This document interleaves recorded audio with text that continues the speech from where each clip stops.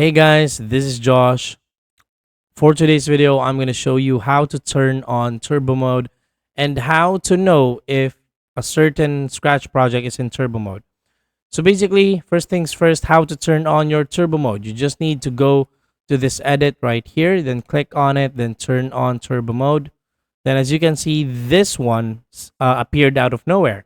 So this is one of the biggest detectors or biggest factors to look at if you are in turbo mode already. So when we click the green flag, everything is so fast. Like everything is fast.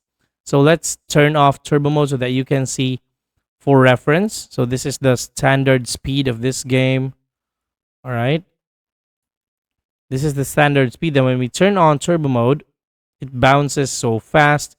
And it also puts turbo mode in here above. So that's how you use and detect turbo mode in Scratch. Thank you so much for watching, guys. Please do not forget to subscribe because it helps our channel to grow and it also enables us to create more videos for you to use. This is Josh. I'm going to see you on the next one.